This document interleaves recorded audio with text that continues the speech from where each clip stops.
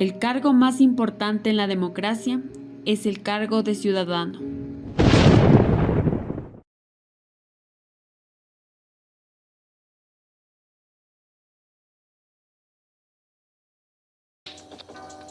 Buenos días, agradecemos la presencia de todos los participantes aquí presentes. Una buena mañana tengan todos, Ecuador entero. Soy Erika Arteaga y para mí es un honor dar la bienvenida al debate 2021. Empezamos con la primera pregunta que es para el participante Cristian Andrade. Desde el punto de vista de los gestores de la eficiencia del gasto y calidad de la atención en los hospitales, en el sector público, administradores de la atención médica, la calidad con que se brinda un servicio de salud no puede separarse de la eficiencia, puesto que si no se tiene en cuenta el ahorro necesario de los recursos disponibles, el alcance de los servicios será menor que el supuestamente posible. ¿Podría explicar brevemente de qué se trata la propuesta del gasto y calidad en los hospitales del sector público? Tiene 1 minuto para responder su pregunta. Muy buenos días con todos. Buenos días, Erika. Qué gusto estar aquí presente y de hecho muchas gracias por la invitación. Respondiendo a tu pregunta, una de las características básicas de un indicador es su potencialidad para medir un concepto de manera indirecta. La tasa de mortalidad no es más que la frecuencia relativa de las muertes de personas en cierto periodo, pero con ella se puede tener una idea de un concepto relativamente lejano. Es que simplemente hay que tener pensamientos de grandeza y tenemos que saber que en este gobierno se mejorará drásticamente la atención en todos los hospitales del sector público. Estoy muy de acuerdo que la atención hospitalaria juegue un papel preponderante en la atención sanitaria. Por un lado, los hospitales albergan a las personas con los problemas de salud más serios, lo que les confiere un alto significado social. Y por otro lado, la atención especializada y tecnológicamente avanzada que deben brindar, además del servicio hotelero que lógicamente ofrecen, los convierte en los centros más costosos del sistema de salud.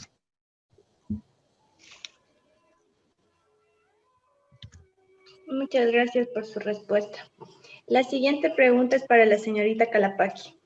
Tomando en cuenta que los impuestos son un tributo que se paga al Estado para soportar los gastos públicos y teniendo en consideración la deuda con el Fondo Monetario Internacional y que el acuerdo principal fue el incremento de impuestos, ¿cree que con la baja de impuestos se va a garantizar el cumplimiento de nuestras obligaciones con el FMI y el pueblo ecuatoriano?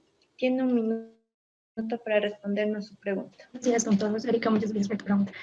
No, porque el gobierno terminó el año con un déficit fiscal de 4.443 millones, según las cifras del Ministerio de Economía y Finanzas. La cifra representa el 4% del PIB. La baja de algunos impuestos no favorecerá en lo absoluto a la economía del país. Es más, se habla de una baja de los impuestos de la salida de divisas. Esto provocará un incentivo para que los dólares salgan del país y esto no es conveniente. Los impuestos no se deben disminuir ni aumentar, se deben mantener, ya que los ingresos principales son los ingresos principales para el Estado.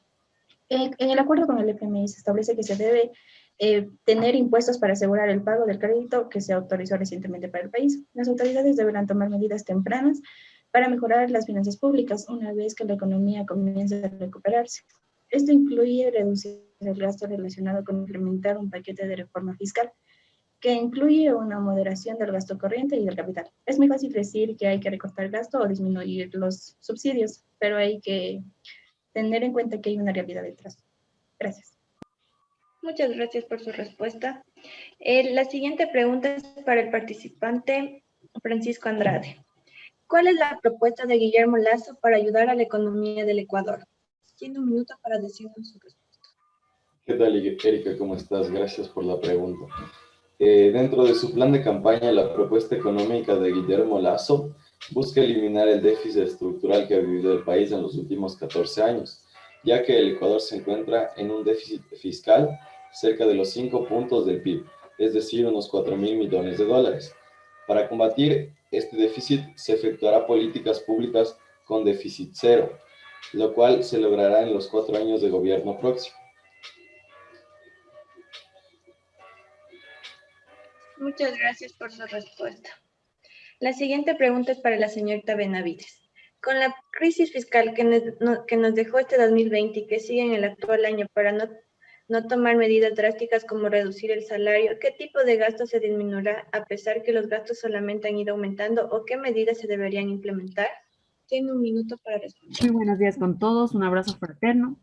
Bueno, es necesario que nuestro país cuente con un fondo de reactivación productiva, con inversión privada en sectores estratégicos y con tasas de intereses bajos en cuanto al sector financiero, como son las bancas y las cooperativas. Y así se permite incrementar los créditos para los proyectos de los ecuatorianos. Es importante ser persistentes en cuanto al sector de la salud y la educación. Una reducción de su gasto es un retroceso para todo el país. En este momento es en que se está reactivando la economía lentamente. Permitirnos no gastar es disminuir salarios, o peor aún, despedir a varios funcionarios públicos y privados, lo cual solamente causaría caos o protestas a nivel nacional. Muchas gracias por su respuesta. De esta manera, finalizando la primera parte de este debate, procederemos a dar paso a la ronda de preguntas que han dispuesto los participantes, recordándoles que tienen un minuto por cada respuesta. La primera pregunta es dirigida hacia el participante Andrade Cristian. La salud en el Ecuador está en crisis. El uso ineficiente de los recursos es una constante en el sistema sanitario público, pero la emergencia por la pandemia del COVID-19 lo hizo aún más evidente. El déficit hospitalario sigue sin ser cubierto y por si fuera poco, los ecuatorianos sufren el desabastecimiento de insumos a pesar de la millonaria inversión estatal. ¿Cuál es su objetivo en el pueblo ecuatoriano al implementar el fortalecimiento de la atención médica en los hospitales del sector público? Gracias, Erika. Esta propuesta busca lograr un sistema de salud eficiente, de acceso universal y con una atención médica de calidad, con especial énfasis en la prevención y en la descentralización. Las herramientas tecnológicas y de interconexión digital serán una clave muy importante para poder lograrlo. Así, la cobertura de atención médica especializada aumentará de manera significativa, tanto en las áreas rurales como urbanas del país. Igual de relevantes son nuestros héroes y el personal médico, incansables guerreros durante esta pandemia. Su preparación continua es clave para lograr cada vez mejor una atención y unos mejores resultados. Para ellos, impulsaremos el Plan Nacional de Formación y una evaluación académica de médicos, auxiliares de enfermería y demás profesionales del campo de la salud. Esto permitirá que nuestros profesionales de la salud lleguen a más lugares del país con prestaciones de salud especializadas y de alta calidad. Señorita Calapaqui, tengo una pregunta para usted.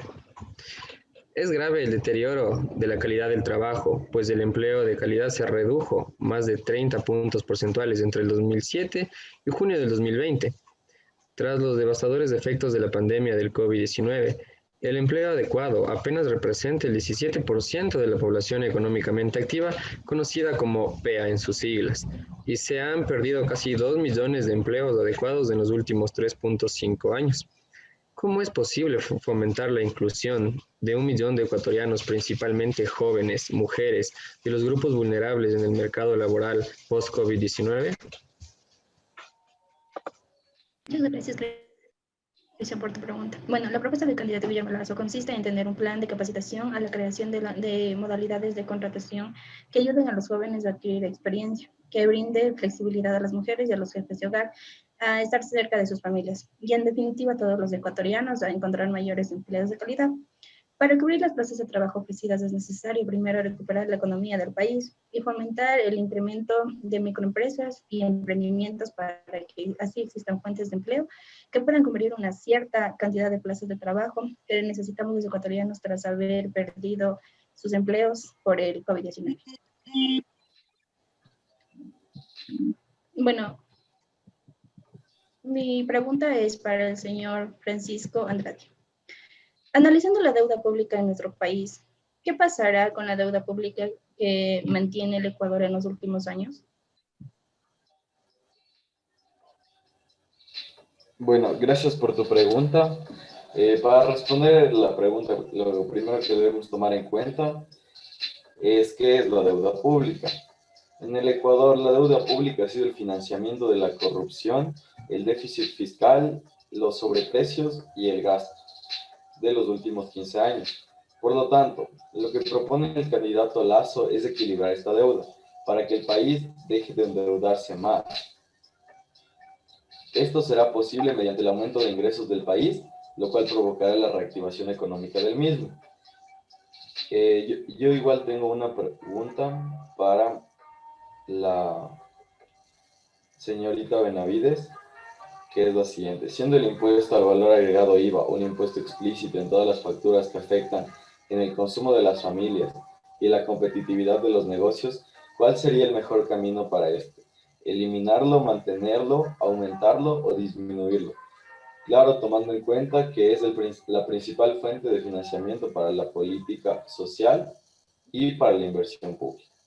Bueno, el IVA es un impuesto que todas las personas y sociedades que presten servicios o realicen transferencias o importaciones de bienes debemos pagar. El IVA corresponde al precio de venta de los bienes o servicios.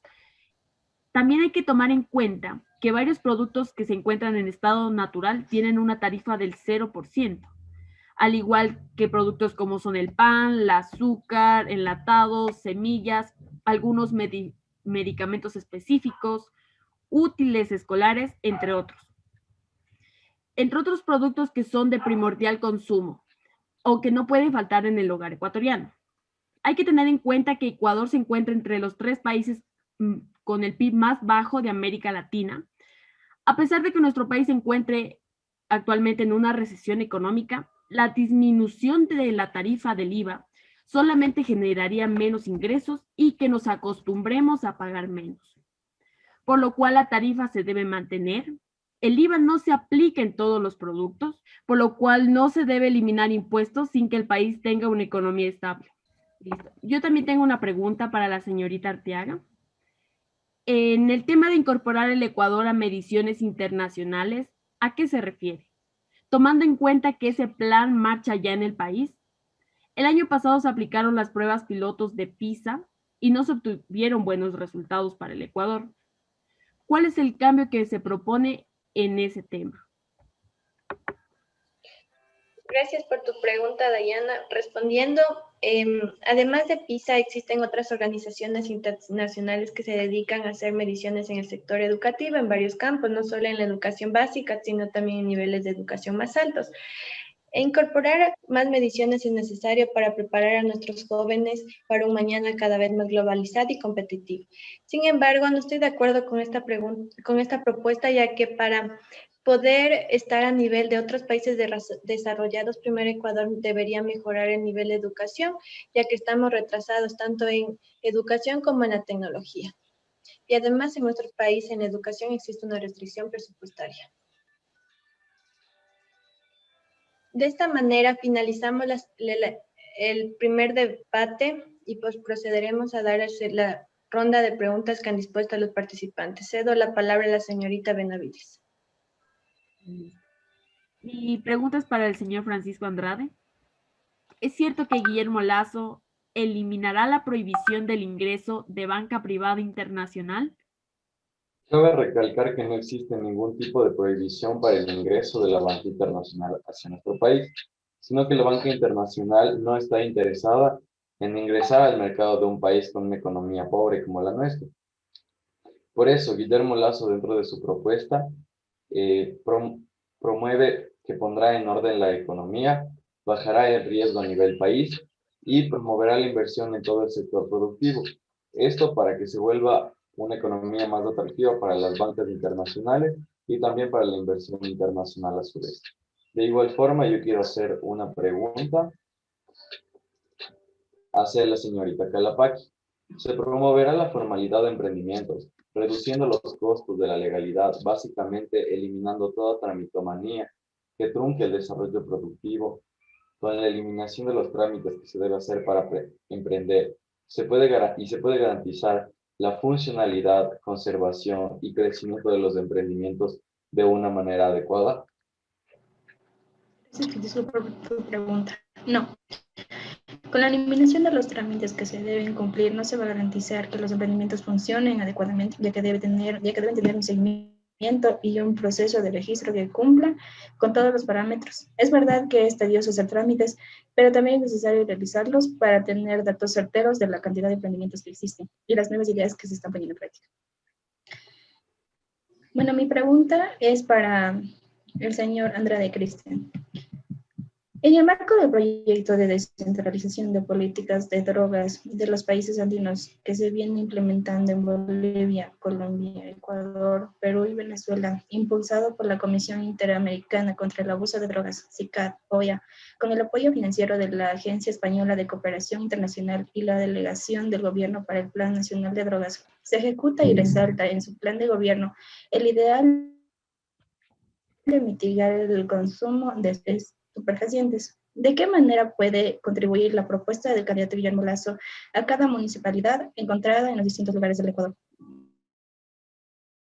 Bien, muchas gracias por tu pregunta.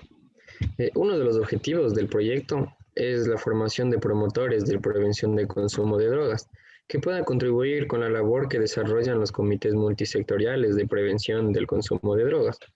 Las municipalidades y otras instituciones públicas y privadas en diversas zonas del país y que además promuevan la participación de la comunidad, principalmente de los sectores juveniles como agentes movilizadores y de cambio dentro de una estrategia de educación de pares. En ese contexto, estoy totalmente de acuerdo con la propuesta planteada en el plan de gobierno, la misma que está orientada a servir como soporte a las acciones de capacitación que desarrollarán para formar promotores de juveniles de prevención de consumo de drogas, pero que a la vez pueda ser utilizado por ellos en futuras acciones de réplica con otros grupos de adolescentes y jóvenes. Tengo también una pregunta para la señorita Arteaga. Señorita Arteaga, en cuanto a las universidades, se propone que haya libre ingreso y ya se eliminen los sistemas de admisión, es decir, que no existan más las pruebas. ¿Con qué reglas las universidades públicas elegirán el número de estudiantes que pueden aceptar en cada carrera? Gracias por tu pregunta, Cristian. Se supone que esta propuesta es darle autonomía y libertad a las universidades para que apliquen su propio sistema de admisión y no tengan que regirse un sistema impuesto por el gobierno. Sin embargo, no estoy de acuerdo con esta propuesta, ya que quitar la prueba del CENACYT es dar paso al facilismo. La única alternativa para derrotar a todas esas personas palanqueadas era dando un examen de admisión en el que simplemente se tiene que estudiar, que es algo viable. Estudiemos y preparémonos y dejemos de darle importancia a propuestas penosas, ya que nuestro país necesita gente luchadora, trabajadora y estudiosa, no gente que busque el facilismo. Mi siguiente pregunta es para la señorita Calapaqui. Se habla sobre los negocios populares y los jóvenes que de cierta manera en la actualidad no tienen oportunidad de incluirse en el ámbito laboral. ¿Cree que con la aplicación de la educación dual en todo el país, un plan de capacitación para emprendedores y la correspondiente vinculación al mercado laboral mediante salarios competitivos, se llega a tener la suficiente experiencia y motivación de parte de los jóvenes que piden las empresas para las plazas de trabajo? Gracias, Erika, por tu pregunta. Sí, porque el sistema de educación dual es la formación profesional que combina el aprendizaje en una compañía y el centro de formación profesional. El aprendizaje basado en el trabajo es una estrategia educativa que brinda a los estudiantes experiencias laborales de la vida real. El objetivo general de este curso es fomentar la excelencia de la educación al capacitar a los maestros, capacitadores, directores y otro personal educativo para integrar los periodos de aprendizaje basados en el trabajo en las vías de aprendizaje tradicional, donde puedan aplicar habilidades académicas y técnicas y desarrollar su empleabilidad. Con la educación dual se podrán comprender los conceptos básicos del aprendizaje basado en el trabajo y los sistemas de educación. También se puede adquirir conocimientos sobre la formación de educación y a la vez la organización de proyectos basados en el trabajo. Tenemos la oportunidad de familiarizarnos con las actividades que se realizan en cada departamento empresarial. Esto ayudaría a que los jóvenes tengamos la experiencia necesaria e incluso motivaría a aprender, investigar y analizar mejores ideas que ayuden al avance de sus conocimientos. Mi siguiente pregunta es para la señorita Dayana Benavides. Las posibles interferencias en el sistema judicial hacen de los procesos judiciales un trato injusto e inequitativo. ¿Cómo se debería proceder con los actos de corrupción en el sistema judicial? El plan de gobierno del candidato Guillermo Lasso es fortalecer el respeto y obtener credibilidad en el sistema judicial ecuatoriano. Sin embargo, es un largo camino, ya que la corrupción conlleva un trato de discriminación, ya sea discriminación racial, de género o política. Además, la corrupción se lleva por apoyo de una de las partes, ya sea directamente del juez o indirectamente del juez correspondiente. Nuestro país tiene la costumbre de presionar a todo aquel que han hecho favores y que es tiempo de devolvérselas. Por aquello, la administración abusa de sus capacidades ejecutivas y se dan injusticias.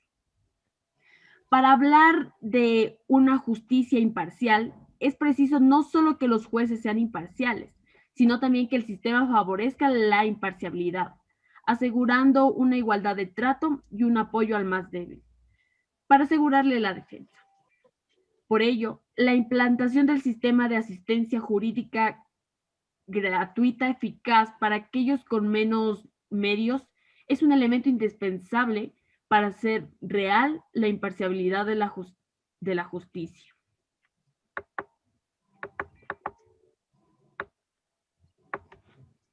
Tengo una pregunta para el señor Francisco Andrade. Analizando el plan de gobierno de Guillermo Lasso, ¿consta la propuesta planteada como el fin de la corrupción? Brevemente, señor Cristian Andrade, ¿podría explicar de qué se trata esta propuesta? Tomando en cuenta que la corrupción pone los servicios públicos básicos fuera del alcance de los que no pueden darse el lujo de pagar sobornos. Al desviar los escasos recursos destinados al desarrollo, la corrupción también hace más difícil satisfacer necesidades fundamentales como son las de alimentación, salud y educación. Mira, Daya, la única esperanza de eliminar este obstáculo es mediante la aplicación efectiva del principio del Estado de Derecho. Desde luego, esto no significa que la nueva convención sea menos importante. Los criminales no han perdido tiempo en aprovechar la economía globalizada de hoy en día, y mucho menos la tecnología de avanzada que esta trae. Con miras a la ejecución de sanciones y a la debida indemnización de las arcas del Estado, gravemente desfalcadas durante los últimos años, es central la ejecución frontal y sin reparos de la extinción de dominio. Esto para hacer posible la recuperación de fondos y bienes que se usaron para el incremento ilegal de los patrimonios de fondos y bienes del Estado, que se usaron para el incremento de los mismos.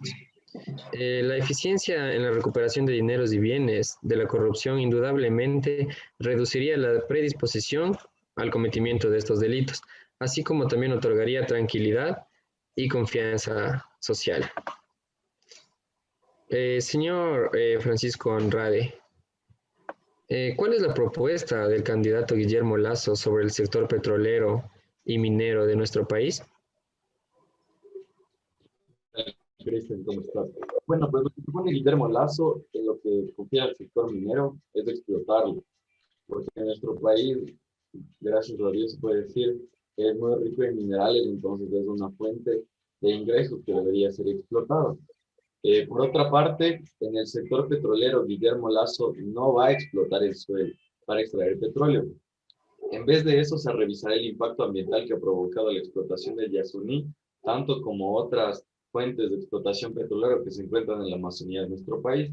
Esto para ayudar tanto al suelo de la Amazonía como para ayudar en general al ambiente del mundo y de nuestro país también.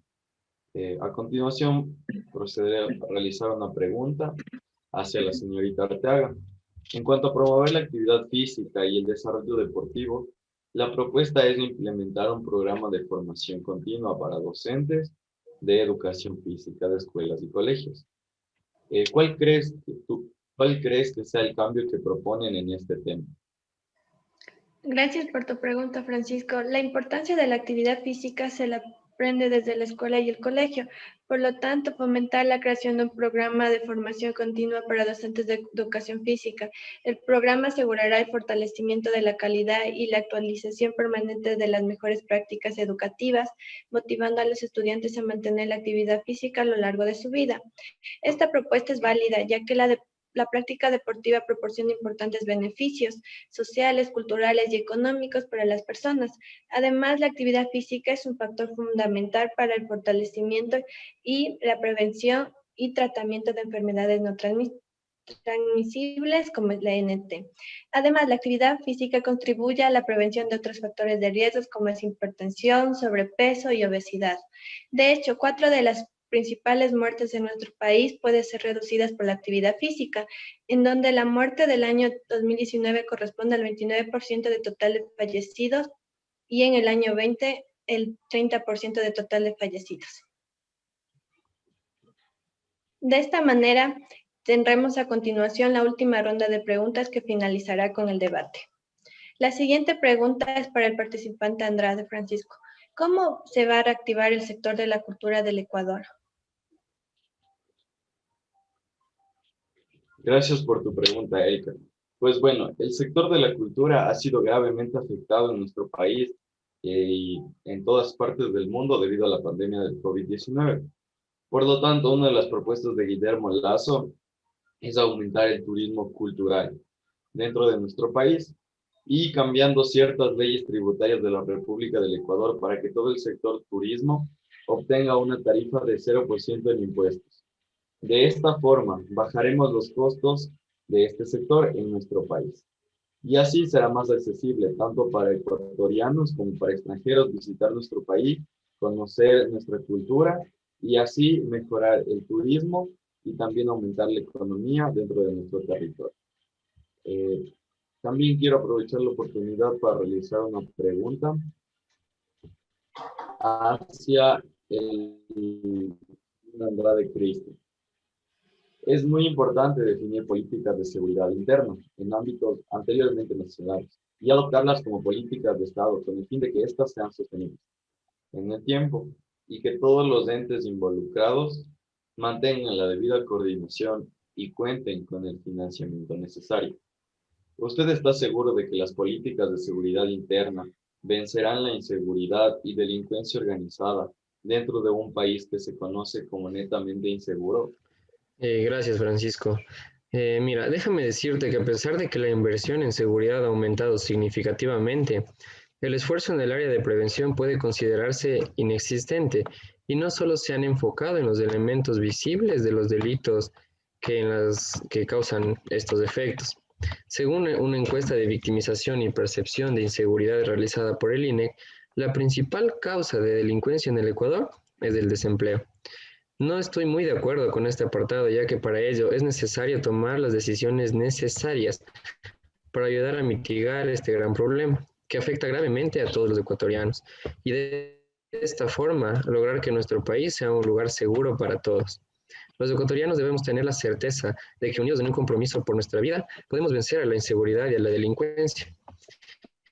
Volveremos a tener una sociedad en la que las madres y padres de familia no sienten libres del consumo de drogas, se sientan tranquilos al disfrutar de los espacios abiertos y donde todos podamos disfrutar sin ningún miedo de los futuros y de los frutos también de nuestro trabajo. Señorita Benavides, desafortunadamente en nuestro país 46 de cada 100 ecuatorianos tienen acceso a Internet. A pesar de ser un país emprendedor, no somos persistentes debido a la mala administración y el tiempo que conllevan los trámites necesarios para abrir un negocio como tal, que estos obviamente nos restan competitividad. ¿Qué relación tienen estos datos con implementar un gobierno digital? ¿Es una buena inversión aumentar la cobertura de Internet a nivel nacional? Bueno, de acuerdo con el Índice de Desarrollo del Gobierno Digital, el Ecuador se encuentra en el puesto 74 de 193 países. De acuerdo con la disponibilidad de tecnología de información y comunicación en los servicios públicos, nosotros contamos con una baja calificación de un 0,7 sobre 1 respecto a telecomunicaciones. Además, las tramitomanías provocan pérdidas en las productividades de nuestras actividades diarias. Del total de trámites gestionados por el gobierno, solamente el 58% se pueden completar de manera digital. Por aquello, la innovación es un proceso importante que abre la puerta a soluciones económicas y sociales, influyendo en el tiempo de realización de un trámite. Compartiendo la propuesta del candidato Guillermo Lasso, la ampliación de la cobertura de Internet a sectores rurales beneficiará al sector, fortalecerá las relaciones y creará un Estado más eficiente. Para la señorita Calapaqui, se propone que para resolver el problema de las excesivas trabas burocráticas hacia los negocios populares, se eliminarán los permisos de funcionamiento que exige renovar cada año y también se eliminarán las multas y deudas pendientes de pago. ¿Cómo tendrá la certeza de que los negocios estén funcionando de una manera adecuada? ¿Y cómo se cubrirán los ingresos no cobrados de las deudas pendientes de pago?